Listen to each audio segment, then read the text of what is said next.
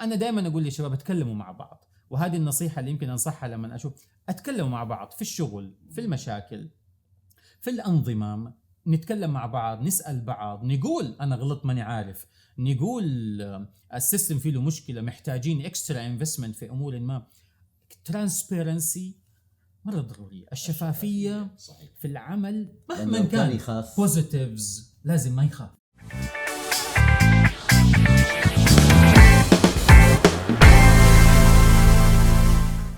السلام عليكم ورحمة الله وبركاته، أهلا وسهلا بكم في هذا البودكاست عن القيادة.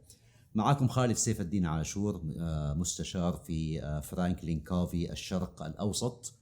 وهذا البودكاست كما ذكرنا عن القيادة بصفة عامة في الخليج والوطن العربي. وضيفنا في هذا اليوم هو الدكتور رامي خياط، رئيس أكاديمية البنك العربي الوطني في المملكة العربية السعودية. فأهلا وسهلا بك. أهلا فيكم وشكرا للاستضافة. يسعدنا الحقيقة نصير في هذا الموضوع المهم، موضوع القيادة. أعتقد أنه موضوع مهم كما لا يخفى عليكم عندك كمان في الأكاديمية كذلك. أول سؤال أحب أطرحه عليك هو موضوع الرحلة حقتك، نقول رحلة بصفة عامة حياتك، طيب، وبعدين رحلة بصفة خاصة في موضوع القيادة واهتمامك بموضوع القيادة بصفة خاصة. يعني رحلة عامة ثم الخاصة. تفضل. صحيح، لعلي أبدأ بقصة حصلت معايا الأسبوع الماضي. كنت بعمل مقابلة شخصية لشخصية إن شاء الله تكون معانا بإذن الله في المؤسسة اللي أنتمي إليها، وكانت إجاباتها شبه محترفة. فأنا استغربت صراحة، فقلت لها ليش إجاباتك جدا متقنة؟ صغيرة في السن، عمرها أظن 27-28 سنة، بس الإجابات كانت ممتازة. فقالت لي I was born a leader. واو. أنا صراحة صدمت، ما توقعت هذه الإجابة. توقعت أنه شغلي، مهاراتي، والديني ورثت عنهم حاجة، لكن واضح أنه من جد القيادة حاجة نتولد بيها أظن، ونقدر نتعلمها ونتحسن فيها.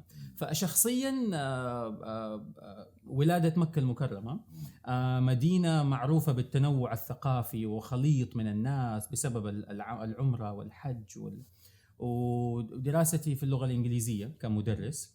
وبعدين بدأ عندي الاهتمام في تطوير الناس. تطوير الناس صار بالنسبة لي مهم لأنه بأشوف أثره. اشتغلت مدرس لغة إنجليزية، ولاحظت أنه على مستوى تعليمي للشباب في اللغة الإنجليزية شفت أثر في عملهم، أثر في حياتهم، أثر في تعاملاتهم اليومية. فاقتنعت ذاتها في ديك اللحظة أنه let's go further، خليني أتعلم أكثر. وأخذت الماجستير في القيادة التربوية، وبعدها الدكتوراه من جامعة تورونتو في كندا في القيادة التربوية، وكانت تخصص في تطوير التعليم العالي. فلاحظت أنه المملكة العربية السعودية والشرق الأوسط بصفة عامة صار فيه اهتمام بالقيادات بصفة عامة، سواء كنت شخص صغير في السن، شخص في متوسط العمر، أو كبير في السن. الاهتمام بالقيادة لأنه صارت الدول تبغى تغير مرة كتير، فمن هنا صار اهتمامي أزود على موضوع القيادة، لأنه أبغى يكون لي دور مع دولتي، مع الشرق الأوسط، مع العالم في تطوير القياديين في العالم. فمن هنا جاء الاهتمام. بالمناسبة، بما أنك عندما ذكرت موضوع قالت لك أنا ولدت قائدة، طيب فبرأيك القيادة أصبحت قضية فطرية ولا مكتسبة ولا الاثنين على بعض؟ أتوقع it's 50-50 100%. still لو إنها فطرية حتكون genuine، حتكون أصيلة، حيكون لها أثر أعمق بكثير من دورة تأخذها، دراسة تدرسها، كتاب تقرأه. لا غنى عن التعليم والتطوير مهما كنت مولود قائد أو تبغى تكون قائد. لازم تطور من نفسك. فأنا أشوف إنها فطرية أكثر، مكتسبة إذا تبغى تكتسبها. ولكن لو واحد يمكن حتى لو فطرية يمكن بحاجة لينمي في نفسه مهارات معينة، معك حق، صحيح، يستطيع التعامل مع نفسه والآخرين. صحيح. دحين في قضية مهمة، أنت شغال في البنك العربي الوطني وفي الأكاديمية، ولكن طبعا ضمن هذا البنك كما لا يخفى عليك عالم أرقام زي ما يقولوا، عالم تارجتس، أهداف. اوكي الموظفين مثلا عندهم اهداف معينه لابد من تحقيقها. صحيح. فهذه قضيه مهمه. في نفس الوقت انت تقدم لهم ما يسمى احيانا بعض ما تقدمونه في الليدرشيب نحن نسميه سوفت سكيلز، او نسميه ايش لو ترجمناها ترجمه حرفيه يمكن ما تعطي المعنى مهارات ناعمه، المهارات القياديه، المهارات الاداريه، كفاءه ذاتيه، كفاءه اجتماعيه الى اخره. اوكي، من عالم انت بتتعامل مع موظفين يتعاملوا حياتهم كلها تقريبا مع ارقام، مع تارجتس، مع اهداف معينه. في الاكاديميه يمكن بتقدم لهم بكل تاكيد مهارات او دورات لها علاقه بعالمهم، بس بدورات تكون ليس لها علاقه بعالمهم قصدي يعني. صحيح. كيف يمكنك ان تقوم بهذا؟ صدقت في كلامك. أنا لا أنتمي لعالم البنوك والعوالم المالية أبدا أبدا أبدا، ولكن من ضمن نقاشي مع مديري المباشر لما تم اختياري لهالوظيفة إنه قلت له إنه اهتمامي تطوير الناس في أي منشأة كانت، في أي قطاع يكون. ومن هنا اتفقنا إنه رامي ركز على تطوير المهارات المطلوبة في البنك، سواء مهارات تقنية أو مهارات زي ما قلت ناعمة وإدارية وريادية. فكان عندي هدف أول ما دخلت البنك، المنشأة اللي أنتمي إليها، إنه أبغى الناس تكون مبسوطة من الليرنينج اند ديفلوبمنت. أبغى الناس تكون مبسوطة، فرق ما بين مبسوط ومستفيد. تبغى يستمتع. أبغاهم يستمتعوا بالإيميل اللي يجيهم لما يرشح خالد ولا رامي لدورة ما أبغى يفكر إنه هذا الموضوع تقني، هذا الموضوع سوفت سكيل إداري.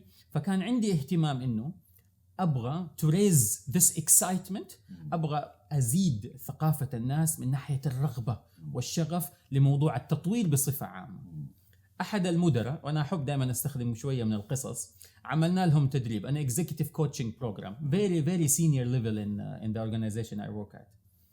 فخلصوا الكوهورت الأول من التدريب، اتصل علي، شكرا يا دكتور والتدريب وما أدري. قلت له ترى ما سوينا شيء يعني هو تدريب. قال لي لا، even though I'm one of the most seniors في البنك، من أكثر الناس يعني علو في منصب الإداري، ولكن حسيت بإضافة إنه حتى وإن كنت إداري ناجح مسؤول عن ملايين الريالات، مسؤول عن أنظمة يعني تقوم عليها عشرات الآلاف من اليوزرز، ستيل أحتاج أتدرب. وطبعا بتكلم على تدريب إداري كانوا بياخدوه. فحتى الناس اللي هم مرة سينيورز أو الناس الجونيورز، التدريب الإداري، التدريب القيادي بيفرق معاهم مرة كتير. فهذا كان الشيء اللي أنا حاولت أركز عليه في البنك حاليا، إنه خلي الناس تكون مبسوطة من التدريب، وإن شاء الله كمان يستفيدوا ويرجعوا بعدين يطبقوا اللي أخذوه في العمل مهنيا وإداريا طبعا. طب شعرت بأنه أنت تبغى الناس تكون مبسوطة ويستمتعوا مثلا بالتدريب بعيد عن عالم كما قلنا أرقام، على الأقل مؤقتا 2 3 4 في موضوع القيادة؟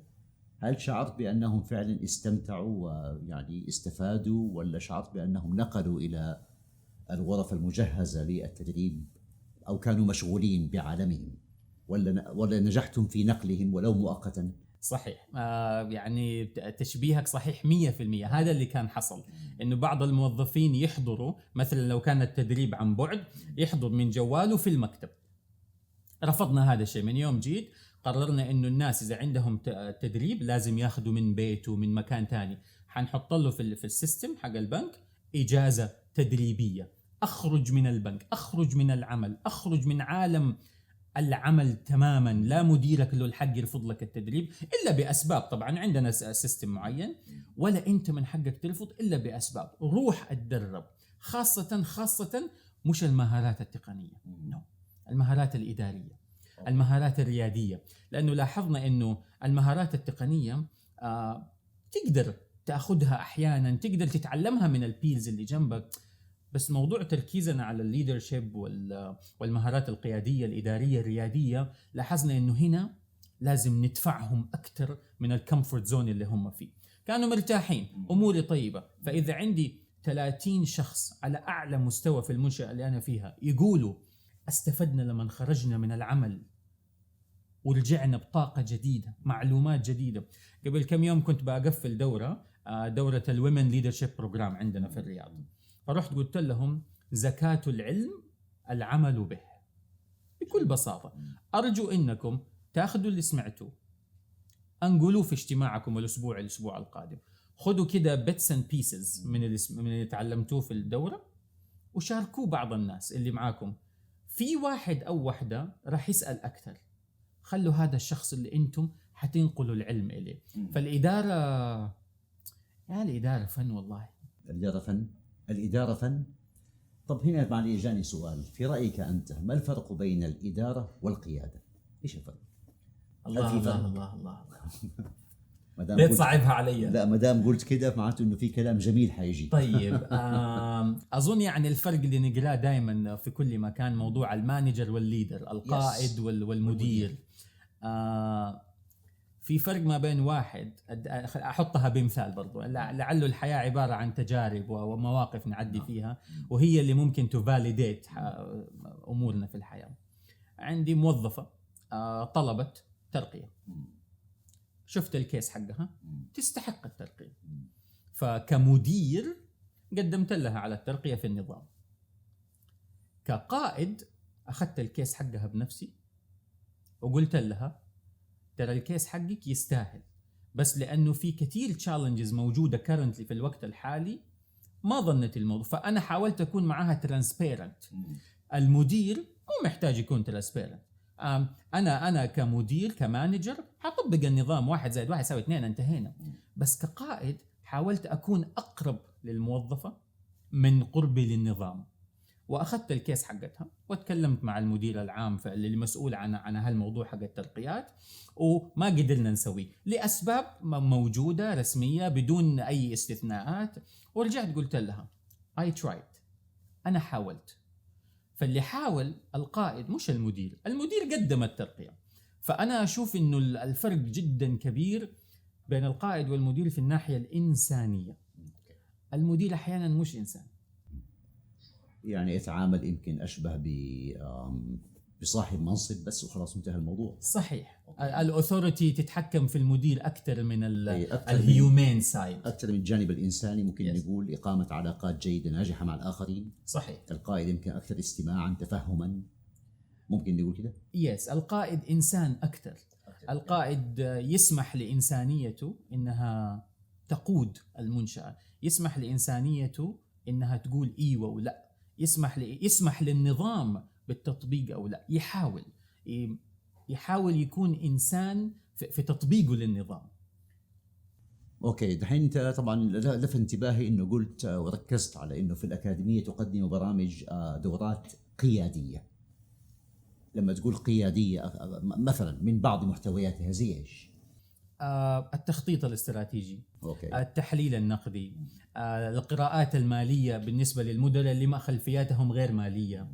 فإحنا هنا بنتكلم على محتوى تعليمي يرفع من مستوى الأشخاص قياديا وتقنيا في نفس الوقت بطريقة أو بأخرى. موضوع تحقيق كتابة الأهداف، أي نعم في ما هي مرة صعبة إنك تكتب سمارت جولز، إنها تكون أهداف محققة منجزة مؤقتة لها تفاصيلها. بس لما تاخد فيها دورة تقنية إنه كيف تكتب أهدافك، عندك استراتيجية وعندك رؤية ورسالة، وبتحاول تطبق هذه الاثنين عن طريق الأهداف اللي التيم حقك حيطبقها. فلما قدمنا هذه الأشياء، طبعا من الأشياء اللي نقدمها كمان موضوع البرزنتيشن سكيلز. لما تكون أنت قيادي غير لما تكون أنت جونيور ميدل مانجمنت. أنت لما تقدم للبورد، لمجلس الإدارة، لما تقدم لوزير، لما تقدم لأمير منطقة، كل ما تعلى في السلم الإداري كل ما مهاراتك لازم تعلى. لا يمكن رامي وخالد اللي كانوا قبل 10 أو 20 سنة سابقا إحنا نفسهم، لا يمكن. حتى لو إنك ناجح مستمر، أتوقع إنه إذا ما طورت من نفسك وتحديت نفسك إنه أطور من نفسي وإن كنت ناجح، ما ظنت إنه هذا نجاح صحي. طب سؤال ما عليك يدوب جاء في بالي، هل تظن ممكن واحد يكون قائد ناجح في العمل وقائد أو ما هو قائد أو قائد فاشل في البيت؟ طبعا 100%. كأنك بتكلم واحد وأعوذ بالله أن أكون منهم يعني. نعم. صحيح، ما هي سهلة. ممكن القائد ممكن هذا قصدي يكون أول شيء يس ممكن. ممكن احيانا. طب ممكن العكس، اكون قائد ناجح البيت وقائد فاشل في العمل؟ انا حاخذها انه العمل وغير العمل، القياده في الشارع، كيف الطريقه اللي تتسوق بها في البقاله، كيف تتعامل مع ابنائك في البيت، كل حاجه غير العمل. انت ممكن تكون قائد فذ ناجح مميز في بلا شغلك منصب. بلا منصب. انت قائد في طريقه تعاملك، قائد في طريقه ارسالك للايميل، قائد في طريقه تواصلك مع زملائك، مع مدرائك، مع الاقل قائد في تحيتك للسكيورتي اللي عند الباب تحت وانت داخل. في نفس الوقت امورك مش ولا بد في البيت، امورك مش ولا بد في السواقه في الشارع، امورك مش ولا بد وانت بتتقضى، دائما اخلاقك كده شويه، لانه هذا عمل. القائد اللي لو اتفقنا، اني اسال الله اني اكون منهم وانتم كمان خالد، انه قائد في كل احواله، في بيته، في حياته، في سواقته، في الطريقه اللي يرسل بها رسائل في جواله، في الطريقه اللي يشخمط في الطريقه اللي وانت جالس في المطعم بتكلم فيها. انا لعلي هنا استخدم مثال اذا تسمح لي يا خالد. تفضل. احنا قبل شويه كنا بنتغدى مع بعض، لانش بريك تو بريك ذا ايس بتوين ايتش اذر، وكسرناه تمام، بس ما اصبح في اي ايس. الحمد لله رب العالمين. فانا لاحظت خالد، انت الويترز كل مره يجينا على الطاوله، كل مره انت بتشكره. نعم. كل مره. وحاولت اعدها، اقول خالد دحين ما حيشكر، خالد شكر. فهذه ميزه قياديه. توقعاتي انت لا انت في البيت ولا انت في الشغل، فهذه كانت ميزه قياديه فيك. انا رامي تعلمتها اليوم، انه الويتر او المضيف، الشخص اللي بيساعدك، هو صح بيسوي شغله but you can still be nice. فانت كنت 4 مرات نايس، وهذا كان درس صراحه قيادي لي اليوم. ما انتبهت انك لاحظت. انا يعني شويه الاحظ التفاصيل. جيد والله، ممتاز. أنا كنت اقول حقيقه، اقول لنفسي وللاخرين، يا جماعه كلمه شكرا، كلمه من فضلك، كلمه لو سمحت، كلمه اسف، الله عليك، يعني ما هي مكلفه أبداً. ليه ما نقولها طب للناس؟ ليه ما اقولها لاي احد؟ اي واحد خدمني، قدم لي خدمه مثلا، حتى لو هذا واجبه على صحته، ليه ما اقول شكرا او لو سمحت من فضلك؟ طيب، او ابتسم في وجهي. صحيح. الحقيقه انا اتذكر هذا لا مؤاخذة حديثا نبويا قاله النبي محمد صلوات الله وسلامه: إنكم لن تسعوا الناس بأموالكم، فليسعهم منكم حسن الخلق وطلاقة الوجه. صحيح. ابتسم، ما ابتسم تكلف يا جماعة، يعني ما ما فيها كلمة شكرا من فضل لو سمحت، انتهى الموضوع، ثانك يو الله او وات ايفر. يعني فهذه قضية اعتقد انها قضية درس قيادي يعني اصبحت انا تعلمته. قائد، يعني مو انت قائد طبعا بالفطره وبالاكتساب، ما شاء الله عليك. لعلي اضيف شيء بسيط. نعم. قبل تقريبا كم شهر اشتريت سيارة جديدة، وكان درس قيادي مجاني مؤلم صراحة. ففي واحد في الشارع كده دخل علي، انت عارف السواقة عندنا في السعودية لك عليها شوية، عارفها جيدا بعد. فحكى لي السيارة صراحة، والسيارة ثاني يوم وسيارة جديدة، فأنا نسيت كل القيادة وكل العادات السبعة ونسيت كل حاجة، ونزلت من السيارة صدقا كالثور الهائج رايح آكله بكل بساطة. فلما وصلت عنده عند سيارته نزل القزاز، قال لي أنا آسف. خلاص، قسما بالله إنه قهرني، إنه أنا كان عندي جزئية من الغضب.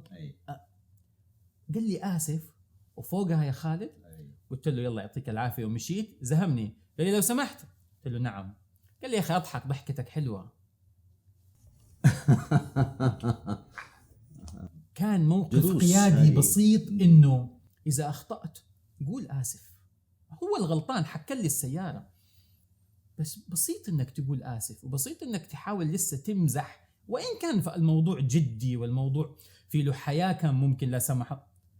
أنت قلت الأربعة هذه البسيطة: لو سمحتوا، من فضلك، وشكرا، وآسف. وهذه أظنها من الأشياء القيادية البسيطة اللي المفروض نتعلمها صغارا كنا أو كبارا. شوف، في قضية الحقيقة، في قصة مرت علي. كنت مرة هنا في الإمارات في أبو ظبي، المهم كان عندي شوية شغل، بعدين كان عندي آخر الأسبوع كده يومين حرتاح فيهم، رحت فندق معين.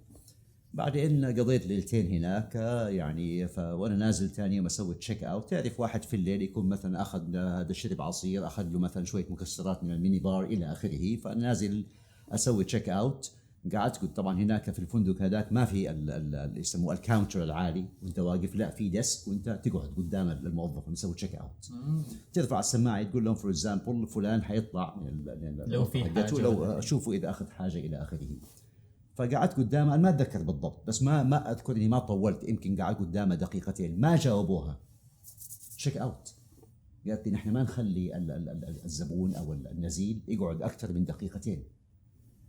عندها شعرت انه حتى ما رجعت لاحد، ما كلمت مثلا هرباص الو في فلان وما قالوا لي هذا خليه يمشي، نو يعني هي مفوضه في بوليسي محطوطه ان مكان. انا اعتقد هنا في قياده ناجحه. صحيح. مضبوط، ما دام يعني هي مفوضه، حتى لو على فرض انها حملت الفندق مثلا زي ما تقول مبلغ معين، هو ما هو شيء كبير بس في غيره يمكن اكبر من كده. صحيح. ولكن هنا واضح انه قياده المكان مهتمه بتجربه العميل. اي العميل هذا اللي ينتظر دقيقتين وثلاثه وفوقها حيدفع، وان كان شيء هو يستحقه، بس هنا انت التجربه كانك يعني عملت لها سكراتشز، بدل ما كانت سموث لا فيها بوز معين. فانا اشكرهم صراحه. نعم. يعني يستحقوا الشكر. اي هنا القياده اصبح في قياده ناجحه فوق وبتعطي تفويض اوكي وتحمل اخرين مسؤوليه وانتهى الموضوع. فاعتقد هذه كانها من سمات القياده الناجحه. صحيح. لا يمكن تكون قائد لحالك. اي طب انت قائد فوق في برجك العاجي، برافو عليك انك وصلت البرج العاجي. طيب هل اخذت رامي في طريقك؟ هل حاولت تعلم خالد اللي هو من مستواك؟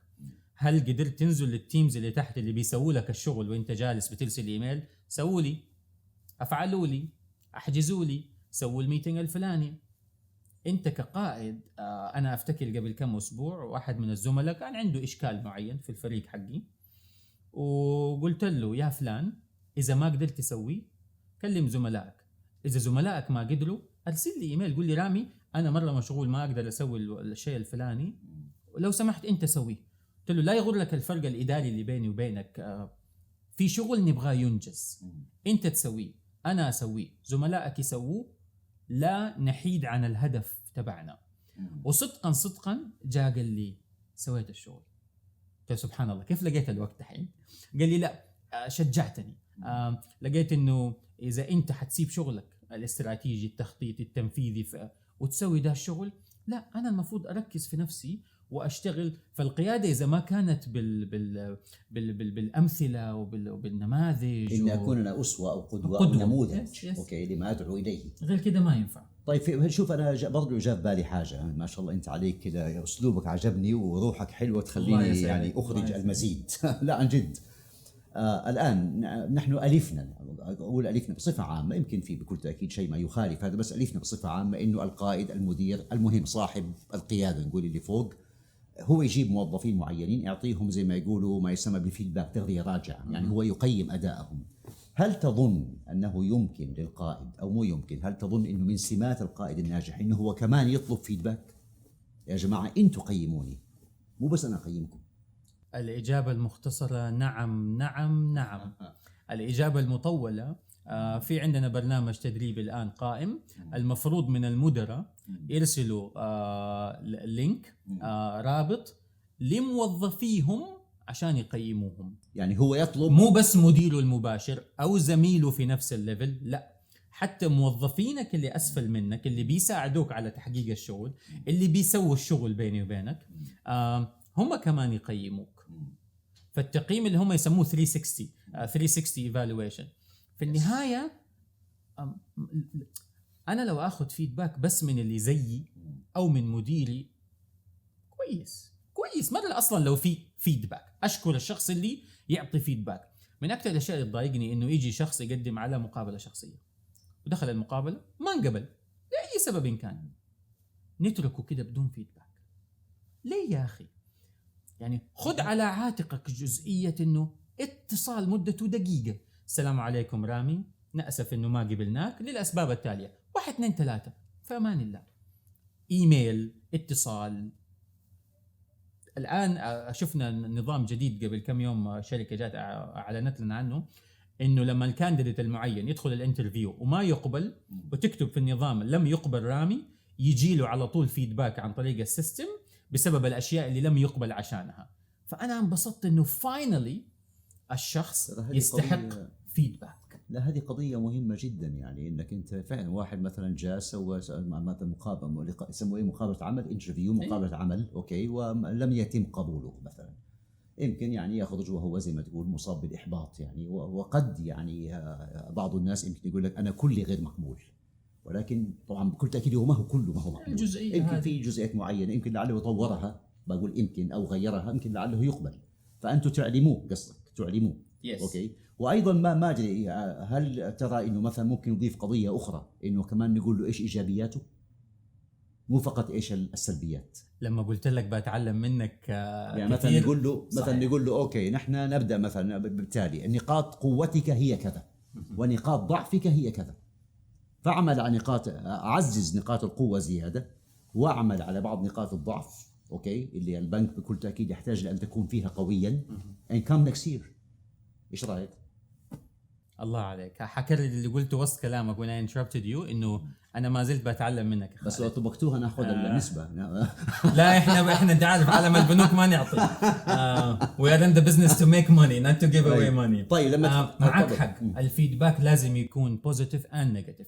usually انت تعطي positive feedback، بعدين the real constructive feedback اللي هو يعني the criticism part, and then close with a good note انه ان شاء الله good luck، ما شاء الله عليك up to something good, yet you need to work on 1 2 3. يلا I wish you good luck by focusing on your strengths and addressing your challenges. period. والله this cannot take 2 to 3 will not take 2 to 3 minutes. لانه اعتقد انا كاني فهمت انه مثلا مع الفرض انك انت مثلا رامي اجي اقول لك انت ممتاز وانت بطل وانت جيد في عملك، اوكي هذا الشيء يمكن زي ما تقول يشعرك بانك بالسعاده، ولكن يمكن الافضل لو اقول لك يا رامي انت مثلا في اجتماعاتك لاحظت انك انت تستمع للاخرين، تعطيهم وقتهم الى يعني سلوكيات ايجابيه وسلوكيات سلبيه، هذا افضل لك ولي.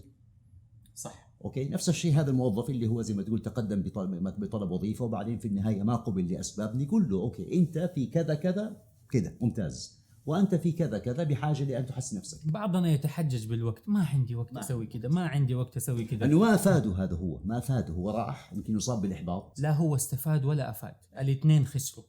كلمه انه ما في وقت this is يعني من اكبر الكذبات اللي موجوده في عالم مو بس الاعمال، في عالم الانسان، لانه الوقت موجود. once تبغى راح تلقى وقت. put first things first زي ما يقولوا، ابدا بالاهم فالمهم. بكل بساطه عندها يمكنك بكل بساطه البيت، الشغل، القوانين العامه حقت حياتك، مهارات تبغى تتعلمها، اذا تبغى راح تلقى وقت. نقطة. إذا ممكن نقول ما يلي، إنه القائد الناجح هو أيضا الذي يطلب من موظفيه يعطوا له تغذية راجعة أو فيدباك حتى يعرف نفسه، مو فقط هو يعطيه مش القائد راجعة. الناجح القائد بصفة عامة. yes. نعم، القائد بصفة عامة. طيب هنا في الحقيقة سؤال مهم جدا. الحين أنت بتتعامل مع موظفين نقول في البنك أو في أي منشأة مثلا معينة، they are زي ما يقول task oriented، يعني مركزين على موضوع المهام المطلوب منهم. تعرف طول اليوم هم في دوامة، كيف ممكن أخليهم أيضا يركزوا على الناس؟ يعني they become also، ما بدي أقول ألغي هذا، إنما also people oriented. التعامل مع الناس يعني الحين واحد تركيزه على المهام قد يفقده هذا التاتش، الجانب الإنساني هذا. يبدو لي أنه قضية مهمة جدا. إيش تسووا أنتم في الأكاديمية حتى ترتقوا بهذا الجانب؟ أعتقد أنه مهم جدا. صحيح، معك حق. أنا أظن من السهل تحقيق الأهداف. مش من السهل، من الممكن خلينا أقول تحقيق الأهداف. قصدك الأهداف البنكية؟ أيوة. نعم. الأهداف بصفة عامة في أي مجال. ومن الصعب إنه يكون عندك هذا الجانب الإنساني في تعاملك مع غيرك. أنا أتكلم عن الفريق اللي أنتمي إليه في الأكاديمية، إنه دائما نتكلم مع بعض قدر المستطاع بدون أي حواجز، مهما كان الموضوع ومهما صعبت المهمة ومهما صعبت الشيء اللي بيقولوا لي إياه. feel free to loop me in. إذا في مشكلة كلموني، إذا في شيء كويس كلموني. تعالوا نستمتع بأصغر مهمة أنجزناها زي ما حنستمتع بأكبر مهمة حننجزها إن شاء الله. فإنه بنتكلم مع بعض. أنا وأسأل الله أني أكون من القادة اللي يعني يعتبروا قدوة إن شاء الله يا رب، إنه نتكلم مع بعض، نكون صريحين مع بعض، ونحمل هم نفس الرسالة مع بعض. فأنا رسالتي من يوم جيت البنك قلت كلمة للشباب في أول اجتماع، إنه achieving goals is excellent but I always go beyond goals. beyond goals. لأنه to achieve what you're planning for it's something إن شاء الله doable مقدور عليه. تحط الرايت efforts والرايت mind into it مقبولة. بس to go beyond هنا أنت extraordinary. هنا أنت outstanding في leadership style حقك، وقدرت تجيب التيم معاك إنك مش بس تحقق هدف، أنت تعديت الهدف لتحقيق maybe رسالة المنشأة اللي أنت فيها، تعديت الشيء اللي أنت المفروض تسويه. لأنه دائما الهيومنز we have an unlimited potential to fulfill كل حاجة إحنا فيها. فأنا دائما أقول للشباب اتكلموا مع بعض، وهذه النصيحة اللي يمكن أنصحها لما أشوف، اتكلموا مع بعض في الشغل، في المشاكل، في الأنظمة، نتكلم مع بعض، نسأل بعض، نقول أنا غلط ماني عارف، نقول السيستم فيه له مشكلة، محتاجين اكسترا انفستمنت في أمور ما. ترانسبيرنسي مرة ضرورية، الشفافية صحيح. في العمل مهما كان بوزيتيفز لازم ما يخاف. لا بقول لو أنه في بيئة زي ما تقول يخاف يقول الصراحة، يخاف يكون شفاف، حتكون لها عواقب مو بس عليه. صحيح. دورك كقائد انك تذلل هذه الصعاب وتعطيهم بيئة آمنة للغلط، للأسف، للتحقيق، لغيره. ما ينفع انت كقائد تقول له يلا قول ايش المشكلة، قول، وما تحميه بكرة.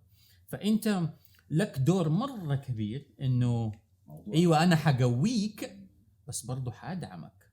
انا في نفس الوقت في نظام يحمي الجميع، في أي دولة، في أي مؤسسة، في أي جهة في نظام واضح، بس كقائد لازم هذا النظام تطوعه، زي ما يقولوا تأنسنه بطريقة أو بأخرى قدر المستطاع. مو سهلة بالذات في الأنظمة الصلبة شوية، الأنظمة المالية، الأنظمة القانونية، لكن في النهاية كقائد كإنسان تستطيع تأنسن كثير من أمورك. طيب سؤال، الآن أنت مثلا أنت قائد أنت قائد أوكي، كيف تعرف على فرض مثلا ناخذ هذا العادة الثانية اللي هي ابدأ والنهاية في ذهنك. أوكي أحيانا واحد يقول لك أوكي كيف تعلم أنك أصبحت، لو إنك مثلا حبيت تعرف وضعت صورة كده على مثلا بعد سنوات، كيف تعرف إنك أنت أصبحت القائد اللي تبى تكونه؟ كيف تعرف أنت رامي، دكتور رامي، كيف يعلم أنه أصبح القائد الذي يتمنى أن يكونه؟ كيف يعني؟ إيش الصورة اللي شايفها أنت بعد سنة، سنتين، 3، 4؟ لو هذا تحقق it means هذا معناه أنك أنت أصبحت قائدا على مستوى عالي، مؤثرا قويا. بكل بساطة في عيون الناس، في عيون أطفالك، في عيون شريكك، في عيون زملائك في العمل، في عيون كل من تلتقيه بعد هذه الفترة. لما يجي أحد يقول لك you've grown، واضح انك تغيرت، واضح انك يعني احيانا ما تنقال لفظيا بس تنقال معنويا. في البروبوزل اللي تقدمه يتوافق عليه اسرع من اول، التشالنجز اللي تجيك في البلان اقل من اول، والمدير المباشر او الزملاء اللي بيدعموك في شغلك الشغل بيمشي اسرع، الانجازات بتاخد اكثر، صعودك في السلم الوظيفي كل ماله يتحسن وكل ماله ياخد يعني قفزات اسرع. فهذه كلها أشياء غير مباشرة ولكنها تدل على نموك القيادي الصحيح. طيب تتعامل أنت بكل تأكيد مع موظفين كثير كما قلنا في البنك بيجوك، يعني بصفة عامة الناس بصفة عامة أو الموظفين تقدم لهم دورات. إيش أصعب شيء واجهته أنت في التعامل مع الناس في حياتك بصفة عامة نقول، ثم في موظفي البنك بصفة خاصة، التعامل مع الناس؟ لأن التعامل مع الآلة يعني يكليك وفي هذا يكليك زي ما يقولوا، يعني تاخذ الاوت انبوت اوتبوت. الانسان مو كده، الانسان ما هو كليك ويديك النتيجه، لانه ما هو آلة. انا دائما اقول التعامل مع التقنيه اوكي شيء عظيم الحقيقه، ولكن اتس يعني it might be قد يكون سهلا. التعامل مع الانسان سواء في البيت، اولادك، بناتك الى اخره، طيب، او في الشارع زي ما قلت، او في اي مكان، او في العمل، لأن الإنسان عبارة عن تركيبة معقدة جدا. أوكي كل واحد له خلفيته إلى، فأنت إيش صراحة أنا أكاد يعني أجزم وأقسم إنه هذا أصعب سؤال ممكن أنا حنسأله اليوم. إنك تعرف الناس على نقاط قوتهم وضعفهم حاجة مرة صعبة، لأنه الإنسان بيقابلك عنده perception معين، عنده تصور معين عن كينونيته، عن حياته، عن نفسه، عن وجوده، عن إيش يبغى وإيش حيدرس وإيش يبغى يسوي. لعلي أجاوب بمثال. قبل كم يوم جاتني زميلة قالت أنا أبغى ألتحق في إدارة التدريب عندك. قلت لها ليش؟ قعدت تشرح. قلت لها مديري المباشر جيتي له أنت قبل كم يوم وقلتي له أنا أبغى أغير شغلي، وقال لك يلا خذي 2-3 فكري وأرجعي. رجعتي قلتي أبغى التدريب، فجابك عندي عشان أنا أقيم هل تيجي عندي أو لا، وأشوف إنه هل علاقتنا حتكون win relationship في البزنس أو لا. قالت لي يس، هذا اللي صار تماما. قلت لها طيب هذا التدريب وهذا اللي احنا نسويه، وهذا التركيز في الدورات الإدارية والقيادية، والتركيز في المهارات الهارد سكيلز والتكنيكال سكيلز، فين تشوفي نفسك؟ قالت أخذت كده خطوة للخلف وقالت تصدق لا ما أبغى التريننج. قلت لها عارفة اللي صار؟ إنه أنا كأني عريت لك نفسك من نقاط قوتك وكمان ضعفك. مو سهل على الإنسان إنك تقول له ترى أنت عندك ذي الأمور التقنية اللي ما عندك، لأنه دائما في إحساسه أنا أعرف سهلة ترى بكل بساطة أقدر أتعلمها. فالإنسان دائما يستسهل بعض الأمور وما يحب ينحط، لأنك مجرد ما تعطيه تدريب إيش قصدك أنا ما أعرف، أنا الأمور هذه ما أفهم لها، الأمور الإدارية كيف أكتب أهداف أنا ما أعرف أكتب أهداف.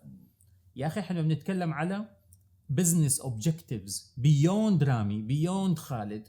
it's about الشركة، الدولة، لو أنت في منصب وزاري، لو أنت في منصب إداري عالي في شركة، احنا بنتكلم على بزنس، ما بنتكلم على رامي، ما بنتكلم على خالد، ما بتكلم على فادي، على سوزان، ما بتكلم على أشخاص.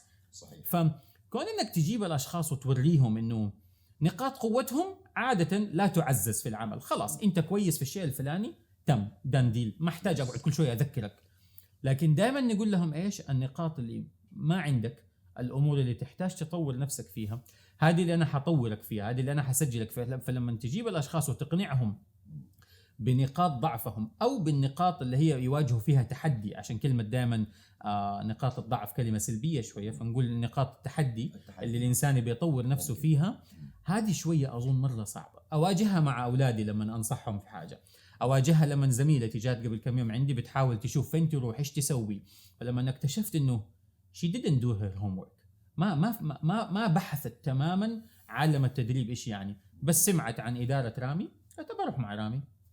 بس رامي is a person، الإدارة هناك هي الفانكشن، هي اللي في النهاية رامي exists للفانكشن هذا، رامي هنا مو لحاله.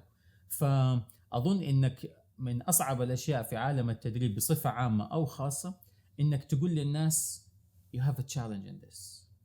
هذه صعبة شوية. مر عليك أثناء التدريب في الأكاديمية الواو يعني قصدي الناس مثلا زي ما تقول قدمت لهم مثلا أنت أو غيرك دورات تدريبية، وبعدين فجأة شعر يعني نوع من الانبهار يعني قصدي بالانبهار مما قدم له، بالتالي أحدث تغيير هذا في حياته كبيرا جدا. في ناس كده زي ما تقول يعني لما تقدم لهم حال طالع فيك كده زي ما نقول different paradigm، منظور مختلف. صحيح. فأصبح يرى الأمور يمكن سواء لنفسه أو الآخرين أو علاقاته مع الآخرين أو القيادة بصفة عامة بمنظور مختلف، فهذا يخليه زي ما حصل الآن دحين كده بالضبط، يسكت شوية، واو أنا كده مثلا أو أنا صحيح. هذا حصل الحمد لله إنه إيوه حصل. وبرضه قبل كم أسبوع دورة خلصناها وزميل من الزملاء أرسل إيميل لي أنا كمدير الأكاديمية كرئيس عام الأكاديمية و3-4 من المدراء من ضمنهم مديرته المباشرة، إنه بيقول لها البرنامج جميل جدا ونفعنا، بس أثر على بيتي أكثر من شغلي. فهو استفاد من دورة كانت في التواصل الفعال، بس كانت مرة أدفانس، كان لأن هم كانوا يتعاملوا مع VIPs. فأنت كريليشنشيب مانجر كمدير علاقة لازم يكون عندك certain skills كيف تتعامل مع VIPs اللي هم إحنا في النهاية كمنشأة مالية يهمنا your wealth. طبعا of course we need to take care of you as a person and your wealth، لأن إحنا في النهاية بنك طبعا.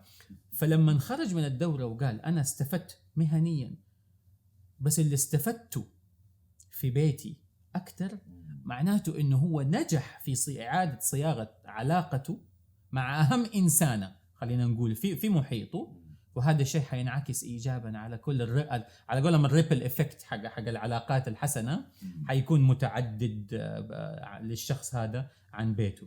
بس هنا في له سايد افكتس الموضوع هذا، مضبوط. أنا عارف الراحة. لما واحد يقول كده يرجع بيته تمام، يبدأ يحسن التعامل مع زوجته، تشك فيه يا أخي. صحيح انت صادق انت. هذا يبغى لنا ناخذ دورة عنده.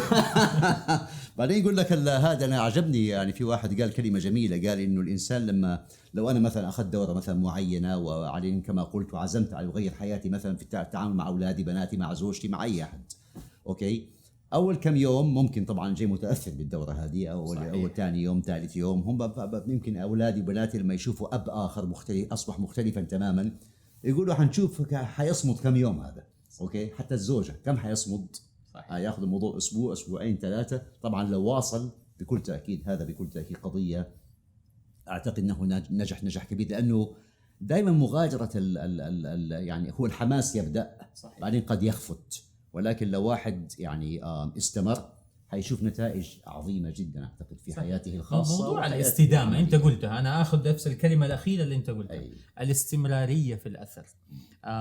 وبلاش نتكلم على 360 درجة أثر، لا. أقبل ب10% تغيير وكمل عليها. You are up to a great present and future.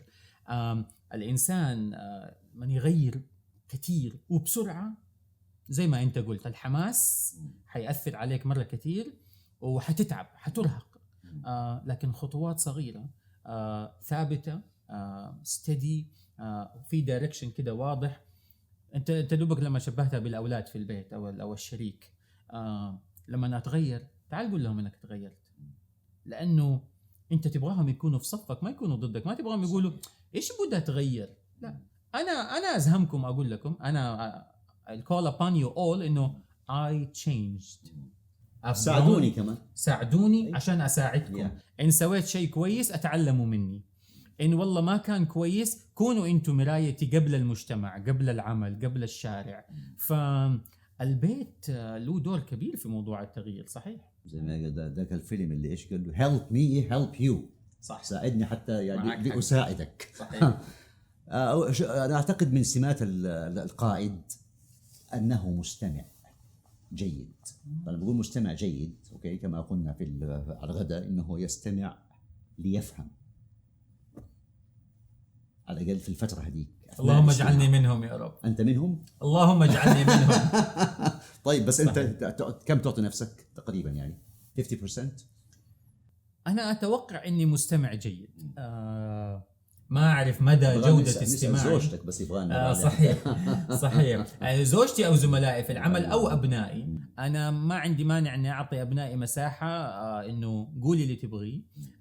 وهنا أذكر مثلا بنتي لين عمرها 16 سنة، قولي اللي تبغيه راح أسمعك، مو شرط أوافقك بس راح أديكي مساحة إني أسمعك. هو المهم إني أفهم. أحيانا نفهم وأحيانا نتفاعل بدون ما نفهم. ننسى كل اللي تعلمناه وكل الخبرة وكل العمر وكل التجارب، we jump into conclusion, we jump into action بطريقة تضرنا صراحة. الgood thing about الموضوع هذا لما الواحد يعني يروح للنتائج بسرعة ولا يكون عنده رد فعل سريع جدا، إنه to bounce back is even faster. الحمد لله. أنا أتكلم عن المثال اللي أنت قلته أو المثال اللي أنا ممكن أستخدمه، إنه دايما الواحد عنده الخيارات الصحيحة بس أحيانا يخرج عن الخط. طبيعي يا أخي، أنت إنسان بكل بساطة. نعم. فمجرد بما أنك إنسان أنت متوقع منك الخطأ ومتوقع منك أنك تعود عن الخطأ وتصوب نفسك وتصوب غيرك بطريقة تحفظ لكرامتك مكانتها أمام أبنائك أمام زملائك في العمل. فأنا أشوف إنه الخطأ وارد، والأجمل من الخطأ الرجوع عنه، وخاصة إذا واحد مثلا فعلا أخطأ راح قدم اعتذاره وتواضع. مضبوط. يعني كل إنسان يكبو أو يسقط المهم يوقف بعدين، يعني ما يظل يعني في الأسفل، يحاول يطلع ويقوم ويطلع. أنا نظريتي في الحياة هي إنه الإنسان عليه أن يحاول ويحاول ويحاول إلى أن يموت. تمام. الكمال لله عز وجل بكل تأكيد. ما هو مطلوب مني أكون مثالي، يعني قصدي مثالي ولا ملك، أنا إنسان في النهاية، ولكن المهم أن أحاول جاهدا إنه أنا زي ما تقول أتخلق بأخلاق معينة. حتى قبل، لأنه كما متفقين احنا جميعا الكلام سهل، إني الكلام أتكلم سهل. مع الناس كلهم ما في أسهل منه. أن أطبق أصعب أعتقد بكثير. هو التحدي أصعب الضخم بكثير. جدا جدا. واحد في لحظات كما قلت قد ينسى كل شيء. صحيح. بس زي ما قلت الإنسان في النهاية إنسان، ممكن بعد بثواني يرجع يقول يا جماعة I'm sorry، أنا آسف، أنا أخطأت وما كان لازم، المرة القادمة إن شاء الله حسوي كذا وكذا وكذا. صحيح. مضبوط. صحيح، أتفق 100%. المحاولة هي ما خلقنا من أجله. أي نعم، هي محاولات ومحاولات محاولات إلى يعني أن نلقى الله عز حتى في وجل. الحديث إن أصاب فله أجر، وإن أخطأ وإن لا أخطأ إن إن أخطأ أخطأ فله أجر، وإن أصاب فله أجران. فله أجران. فإحنا بنتكلم إنه حتى في الأصول الدينية سواء في الإسلام أو في الأديان الأخرى، المحاولة هي أصل العبادة. أنت تحاول، أنت خلقت لإعمار الأرض. صحيح. خلقنا، الله سبحانه وتعالى استخلفنا في الأرض للإضافة. عادي يعدي عليك يوم، ساعة، سنة، فترة من العمر إنك ما تضيف، بس لازم تضيف. أنت مخلوق عشان تضيف. وبالتالي ما أسيب الدنيا إلا وقد تركت هذه الإضافة مهما ولو كانت بسيطة. الإضافة. ولو بسيطة. ابتسامة على وجه هذا إنسان، إضافة. أنا مؤمن إنه الأثر اللي أبغى أتركه أنا كرامي، الأثر اللي ينتج عن التعليم. أبغى الناس تؤمن إنه أفضل استثمار أنت ممكن تسويه في نفسك، في أبنائك، في محيطك العملي الاجتماعي، التعليم، التطوير والتدريب. لأنه لها أثر زي ما قلنا، مو بس على نفسك، على شغلك، على أبنائك، على قيادتك في الشارع، على دخولك للأمام، في كل شيء. كل ما نطور من نفسنا، هذا الأثر اللي أتمنى أتركه عند الناس اللي أقابلهم، إنه keep learning, keep pushing yourself. read a book, read an article، أقرأ، تعلم، شارك، قل لي، ولاحظ تفاصيل الناس. اللي أنت سويته في المطعم قبل شوية كان درس بالنسبة لي لا يمكن أنساه. في النهاية في أشياء بسيطة بتصير حوالينا صراحة يعني حتكون معلم ولا كل الكتب والمقالات. هذا صحيح. أشياء بسيطة جدا قد تكون كما زي ما قلت ابتسامة إلى آخره، يعني لها تأثيرها الكبير ويمكن لا ينساها الآخرون حياتهم صحيح. كلها. مين أثر فيك كقيادات؟ في تذكر أسماء، مو أسماء، قصدي ناس معينين كان لهم أثر فيك كقادة، وجدت فيهم سمات معينة، تذكر ولا ما تذكر؟ يعني ما أصعب من السؤال هذاك إلا هذا السؤال. أصبح سؤالين صعبين. صراحة لازم يعني ما أعدي هذه الفرصة إلا وأذكر والدي رحمة الله عليه، عبد الرحمن عمر خياط. رجل لم يكمل حتى المتوسطة، ولكن كان في المحيط المكي ومحيط المنطقة الغربية في المملكة العربية السعودية له اسمه. كنا ندخل بعض الأماكن ما أقول أنا رامي خياط، لا، أقول أنا ولد عبد الرحمن عمر خياط. لهذه الدرجة حتى يقول لي، حتى الشخص يقول لي طب إيش اسمك؟ أقول له أنا ولد عبد الرحمن خياط. فأبويا كان قائد، إنه كان له اسم. الحمد لله رب العالمين، لم يكن صاحب جاه، لم يكن صاحب سلطة، لم يكن صاحب مال. الحمد لله رب العالمين، مات ويملك بيته فقط لا غير. ولكن كان عنده كاريزما معينة، كان عنده شخصية معينة كقائد. كان أبسط ما تتوقع. كان دائما يقول إذا خيرت في أمرين اختار الأيسر. قال دينك يقول كده، الحياة تقول كده، ليش تصعب على نفسك؟ أفتكر إنه في مرة كان قال لي نصيحة زواج، إن شاء الله ما يسمعوها الناس إنها نصيحة زواج. إنه في يوم زواجي طلعت قلت له شكرا ساعدتني ووقفت معايا، فقال لي مشاكلك في بيتك، مجرد ما تخرج من بيتك لا حد يعرف، لا حد يسمع، لا حد يشوف. أنت لحالك كون قائد في هذه، تعرف كقائد تعرف تفصل ما بين اللي صار في البيت ومجرد ما خرجنا من البيت. فرحمة الله عليه كان يعمل في وزارة العدل، وتعلمت منه كثير إجمالا رغم قلة تعليمه، ولكن كانوا من الجيل اللي يقال عنه جيل الطيبين اللي من جد نفتقدهم. الشخصية الثانية اللي إداريا ما أتوقع أنه اسم غير معروف، الدكتور غازي القصيبي. معالي الدكتور رحمة الله عليه، يعني كتابه حياة في الإدارة مدرسة، وإن كان قصص كله عبارة عن قصص في قصص، ولكن ما بين كل كلمة والتانية وسطر والتاني وباراجراف والتاني في كمية قصص ودروس مجانية موجودة. الكتاب توقعات إني قريته 5 مرات 6 مرات. كل مرة تقرأه كل مرة تكتشف حاجة. أظن مئات الأشخاص if not الآلاف برضو يقولوا عن غازي القصيبي إنه هو مدرسة ويعتبر لحاله كده school of thoughts. ولكن أرجع أقول لمن يؤمن فيه، قد ما تعرف الدكتور غازي رحمة الله عليه قد ما يبغى لك تعرفه أكثر وترجع تقرأ الكتب أكثر، لأنه عالم لا ينتهي من الفوائد القيادية. الحين المملكة العربية السعودية تشهد بكل تأكيد رؤية عظيمة جدا. في رأيك إيش أهمية القيادة لتحقيق رؤية 2030 هذا 2030 فيجن في السعودية in Saudi Arabia؟ إيش أهمية القيادة لتحقيق رؤية؟ الله يحفظ لنا خادم الحرمين الشريفين الملك سلمان بن عبد العزيز والقائد الشاب سمو سيدي ولي العهد محمد بن سلمان. المملكة الآن قيادتها شابة، الوزراء، القيادات في المناصب الحكومية والهيئات، فالقيادة لها دور بكل بساطة. وحرجع لقصة أخيرة، إنه معالي وزير الاتصالات عامر السواحة صور من مكتبه وقدامه سبورة وكان بيتكلم على الفرق بين الكي بي ايز والاوبجكتيفز بالورقة وكذا، قاعد يشخمط على الشاشة بطريقة كل الناس لما شفناها في السوشيال ميديا إنه هذا وزير شاب بيتعامل مع المجتمع كما يبغى يسمع. لو وجهت له أغلى كاميرا في الدنيا وسويت له وحجزت له أفضل فندق في الدنيا he can still deliver. لكن القيادة الشابة فيه طلبت إنه لا صوروني بس بالجوال، حتى ما أظنه طلب أحد يصوره، هو كان بيشرح لأحد ما. فوزراءنا كده بيسووا، قائدنا شاب.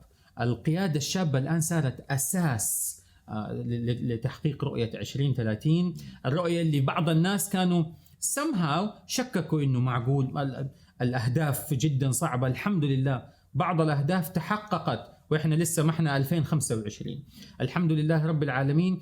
القيادة الشابة بتدفع المملكة طبعا مع قيادة حكيمة خادم الحرمين، قيادة شابة سمو سيدي ولي العهد. فواضح إنه السعودية، الدول العربية، الشرق الأوسط بنتحرك بدافعية كبيرة بسبب إنه صار تغيير جذري في القيادات على مستوى الدول، على مستوى المنشآت، وإن شاء الله up to a great stuff إن شاء الله يا رب. هذا شيء عظيم. إذن هذه أهمية نقول القيادة بصفة عامة، سواء على مستوى الدولة، على مستوى المنشأة، الشركة منظمة سميها ما شئت، وعلى مستوى العائلة كذلك. صحيح. أوكي، القيادة لها دورها الفعال والكبير جدا. مضبوط 100%. طيب دكتور رامي خياط، لو أحب الناس إنهم يتابعوك فين وكيف وليه؟ لا ليه معروف، بس فين وكيف؟ تمنياتي انهم يعرفوني على الليل. اشكرك واشكر الجميع للناس اللي تحب انها تتابعني، واسال الله اني اكون اضافه لمن يشتهي. موجود في لينكدين وموجود في تويتر باسم رامي خياط، الاسم صريح ما في غيره، دكتور رامي خياط. فاشكر الناس انهم يتفضلوا علي بمتابعتهم، واسال الله اني اكون اضافه لو لواحد من المتابعين. يعني ما في مثلا رامي _ خياط مع ما في؟ لا with رامي you get what you see.